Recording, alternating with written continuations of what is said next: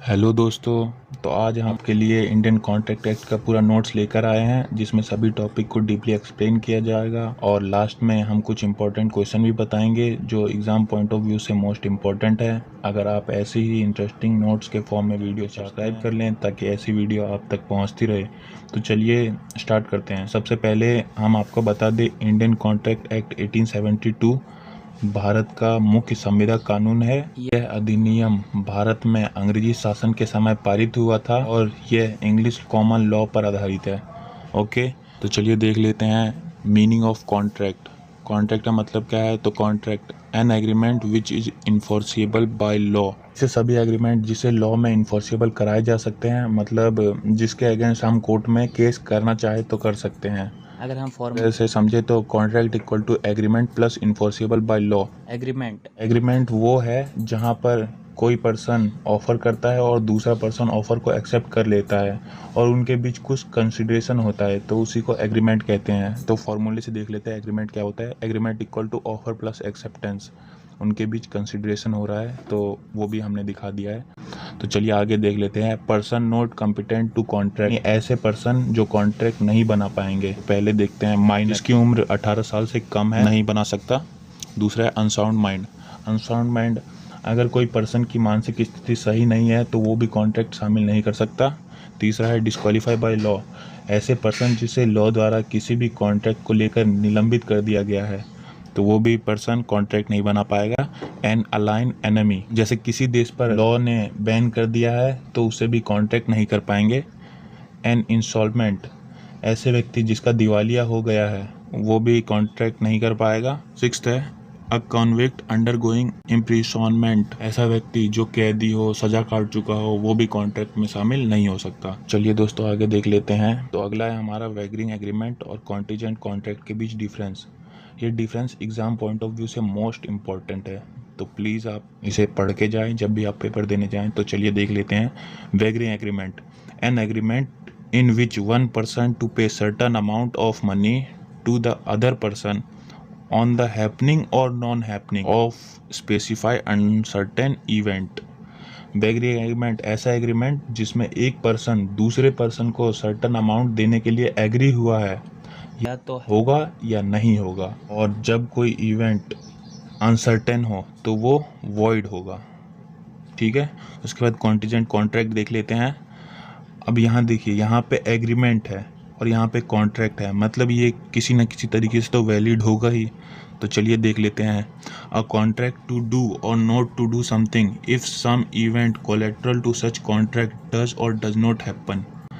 तो contingent contract ऐसे contract जिसमें आपने कोई कॉन्ट्रैक्ट किया कि मैं कुछ करूँ या ना करूँ, यानी या तो वो होगा या नहीं होगा। It is a conditional contract, इसे कंडीशनल कॉन्ट्रैक्ट भी कहते हैं, जिसे लॉ द्वारा इन्फोर्सिबल कराया जा सकता है। ओके, तो चलिए दोस्तों आगे देख लेते हैं। तो अगला है हमारा promise. A person when acceptance become promise, proposal and offer are same thing. जब कोई पर्सन प्रपोजल देता है किसी को और सामने वाला पर्सन उसे एक्सेप्ट कर लेता है तो वह प्रॉमिस बन जाता है। प्रपोजल और ऑफर दोनों सेम ही होते हैं। अगला है acceptance. Acceptance mean giving consent to the offer. Acceptance मतलब आप ऑफर पर अपनी मंजूरी दे रहे हैं। ओके, तो चलिए आगे देख लेते हैं। Essential element of valid contract, ऐसे कौन कौन से एलिमेंट होने चाहिए वैलिड कॉन्ट्रैक्ट होने के लिए? तो चलिए देख लेते हैं। पहला है offer and acceptance. Obviously offer होगा और एक्सेप्टेंस होगा तभी तो एग्रीमेंट बनेगा और तभी तो कॉन्ट्रैक्ट होगा दो पर्सन के बीच। तो ऑफर एंड एक्सेप्टेंस क्लियर हो गया। दूसरा है intention to create legal relationship, उन दोनों के बीच एक लीगल इंटेंशन होना चाहिए। तीसरा है लॉफुल कंसिडरेशन, कोई भी कॉन्ट्रैक्ट लॉफुल होना चाहिए, मीन कोई भी कॉन्ट्रैक्ट इलीगल तरीके से नहीं किया जाना चाहिए। चौथा है कैपेसिटी ऑफ पार्टीज, वो एक्टिव होना चाहिए मेंटली। पांचवा है फ्री कंसेंट। फ्री कंसेंट मतलब सहमति होनी चाहिए, अर्थात हम किसी को फोर्स नहीं कर सकते कि तुम हमारे साथ कॉन्ट्रैक्ट करो। सिक्स्थ है लॉफुल ऑब्जेक्ट, लॉफुल ऑब्जेक्ट होना चाहिए। सेवंथ है राइटिंग रजिस्ट्रेशन होना चाहिए ताकि भविष्य में हम उसका सही उपयोग कर सके। नाइन्थ है पॉसिबिलिटी ऑफ परफॉर्मेंस, ऐसे कॉन्ट्रैक्ट होना चाहिए जो पॉसिबल हो ना कि इम्पॉसिबल। ठीक है। तो चलिए, हमने essential element of valid contract पढ़ लिया और ये मोस्ट इम्पॉर्टेंट है हमारे एग्ज़ाम पॉइंट ऑफ व्यू से। तो अगला है हमारा काइंड ऑफ कॉन्ट्रैक्ट, कॉन्ट्रैक्ट के प्रकार। तो कॉन्ट्रैक्ट को 3 प्रकार से बांटा जाता है। तो पहला है on the basis of enforceability, means law के तहत हम एक कॉन्ट्रैक्ट को कैसे कह सकते हैं कि वह वैलिड है या अनवैलिड। तो चलिए देख लेते हैं। वैलिड कॉन्ट्रैक्ट, पहला है enforceable by law, enforceable by law होगा। दूसरा है which follow all the essential element of a valid contract, सभी इसेंशियल एलिमेंट फॉलो होने चाहिए वैलिड कॉन्ट्रैक्ट के लिए। ओके। दूसरा है हमारा वॉइड कॉन्ट्रैक्ट।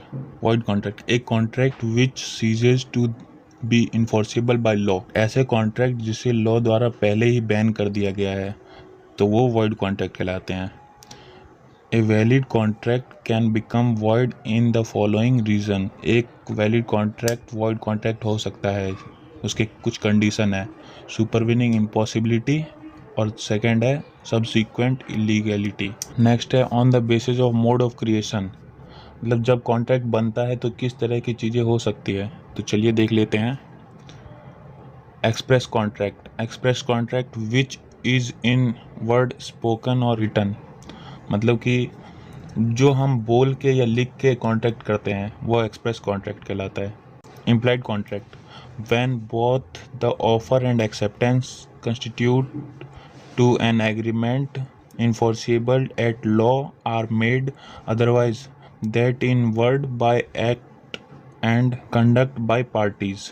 इम्प्लाइड कॉन्ट्रैक्ट एक ऐसी सिचुएशन क्रिएट हो जाती है जिसमें हमें कॉन्ट्रैक्ट करना बहुत ही ज़रूरी हो जाता है। ठीक है, तो चलिए देख लेते हैं आगे। तो थर्ड है on the basis of a execution, तो इसमें है एग्जीक्यूटेड कॉन्ट्रैक्ट और एग्जीक्यूटरी कॉन्ट्रैक्ट। तो एग्जीक्यूटेड कॉन्ट्रैक्ट क्या होता है, तो when the both parties into contract completely perform their share and obligation, मतलब मींस दोनों ही पार्टी को अपनी परफॉर्मेंस करनी है। ठीक है। दूसरा है executory contract which both the obligation are outstanding, it is also called bilateral contract, means दोनों ही पार्टी की आउटस्टैंडिंग और ऑब्लिगेशन बाकी है, मतलब करनी है, और इसे बायलैटरल कॉन्ट्रैक्ट भी कहा जाता है। तो चलिए आगे देख लेते हैं। नेक्स्ट टॉपिक है हमारा rules related to valid acceptance, यानी एक्सेप्टेंस से जुड़े हुए कौन से रूल हैं वो देख लेते हैं। तो चलिए देख लेते हैं। पहला है एब्सोल्यूट एंड अनक्वालिफाई, यानी कि आपका कॉन्ट्रैक्ट एब्सोल्यूट होना चाहिए। सेकंड है manner in which acceptance is to be given, यानी कि अगर कोई स्पेसिफाई मैनर डिस्क्राइब किया गया है तो उसे मैनर में अपनी एक्सेप्टेंस होनी चाहिए। थर्ड है कम्युनिकेशन, यानी दोनों पार्टीज़ के बीच कम्युनिकेशन होना बहुत ही ज़रूरी होता है। फोर्थ है बाय हुम टू हुम, जिससे हमारा कॉन्ट्रैक्ट हुआ है उसी से कॉन्ट्रैक्ट करेंगे, अदर पर्सन से नहीं। मतलब हमने ए और बी के बीच कॉन्ट्रैक्ट हुआ और हमने सी को बीच में ला लिया, तो ऐसा गलत है। तो फिफ्थ है टाइम लिमिट, मतलब विद इन टाइम लिमिट होनी चाहिए। सिक्स्थ है बिफोर लैप्स ऑफ ऑफ़र, यानी कि ऑफ़र के ख़त्म होने से पहले ही उसमें एक्सेप्टेंस दे देनी चाहिए।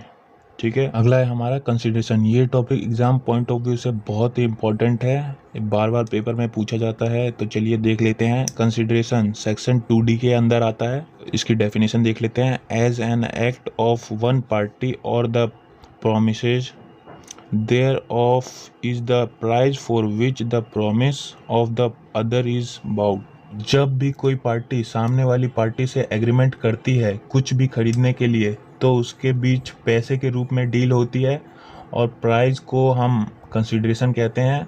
और दोस्तों, बिना कंसिडरेशन के कोई भी एग्रीमेंट नहीं हो सकता है, और कुछ होते भी हैं तो वो भी हमने दे दिया है। जो होते हैं एग्रीमेंट विदाउट कंसिडरेशन, तो वो भी देख लेते हैं। जैसे नेचुरल लव एंड अफेक्शन, जहाँ पर लव और अफेक्शन हो वहाँ पे कंसिडरेशन की ज़रूरत नहीं होती। सेकंड है compensation for past voluntary service, यानी ऐसी सर्विस जो हम पास्ट में दे चुके हैं। थर्ड है प्रॉमिस टू पे अ टाइम बेड डेब्ट, जहाँ पर कर्जा चुकाने की बात आए तो वहाँ पे कंसिडरेशन नहीं होता है। फिफ्थ है एजेंसी, एजेंसी में भी नहीं होता। सिक्स्थ है कंप्लीट गिफ्ट, अगर हम गिफ्ट ले रहे हैं या दे रहे हैं तो वहाँ भी कोई कंसिडरेशन की ज़रूरत नहीं होती। ओके, तो चलिए आगे देख लेते हैं। अगला टॉपिक मोस्ट इम्पॉर्टेंट है एग्ज़ाम पॉइंट ऑफ व्यू से, और ये क्वेश्चन पेपर में बार बार पूछा जाता है कि वॉइड कॉन्ट्रैक्ट और वॉइडेबल कॉन्ट्रैक्ट के बीच डिफरेंस बताइए। तो चलिए देख लेते हैं। तो सबसे पहले है वॉइड कॉन्ट्रैक्ट और वॉइडेबल कॉन्ट्रैक्ट। तो वॉइड कॉन्ट्रैक्ट का पहला पॉइंट है which can not be enforceable by law, यानी कि जिसको लेकर आप कोर्ट में केस नहीं कर सकते। इसका सेकंड है does not give rise to any mutual right and obligation between the party, यानी किसी भी पार्टी के पास राइट और ऑब्लिगेशन नहीं होते। थर्ड है ऑब्जेक्ट एलिमेंट अनलॉफुल, जो एग्जिस्ट ही नहीं करते, मतलब वॉइड है तो एग्जिस्ट कहाँ से करेगा, तो ये वॉइड कॉन्ट्रैक्ट हो गए। अब वॉइडेबल कॉन्ट्रैक्ट देख लेते हैं। Which is enforceable by law, जिसको लेकर आप आसानी से कोर्ट में केस कर सकते हैं। पार्टीज हैज़ द ऑप्शन, इसमें पार्टी के पास राइट्स होते हैं। Not free consent, free consent नहीं होता। तो आज का टॉपिक हमारा ख़त्म होता है। Thanks for watching the video, और अगर आप हमारे चैनल पर नए हैं तो हमारे चैनल को सब्सक्राइब कर लें और बेल आइकन बटन दबा लें ताकि ऐसे ही इम्पोर्टेंट क्वेश्चन आप तक पहुंचती रहे। धन्यवाद।